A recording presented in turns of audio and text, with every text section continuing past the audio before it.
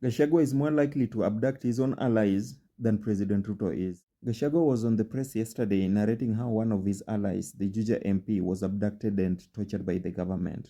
But his countenance showed the exact opposite of what he was saying. He seemed unbelievable.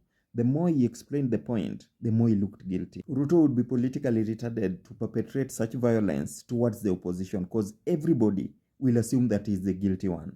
So why do it? And so the bigger question is, who benefits from the abductions? Hell, there must be an incentive to an outcome.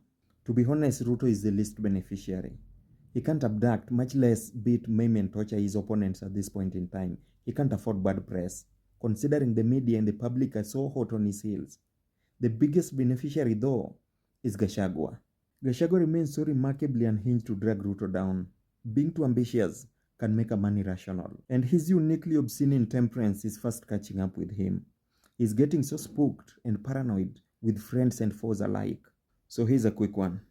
In 1933, in an attempt to consolidate power in Germany, Hitler went to the extent of burning down parliament buildings, and then he blamed it on the communists. Burning down the parliament meant that fundamental human rights were suspended, marking the dawn of dictatorship in Germany. And lately, you've had Gachagua beating the drums of war, reminding Kikuyus of an incident in Kiambaa in which some of their people were burnt in a church, essentially telling them that Kalenjins are the culprits.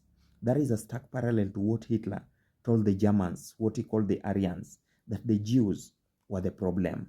And his rhetoric is constantly becoming toxic and incendiary. And the onus is on Kikuyus to tell him that no, we don't agree with that point of view, to be repulsed by it, or risk being alienated. Because nobody, even his partners, are not going to stand by him with this kind of rhetoric. Remember, no action means complicity.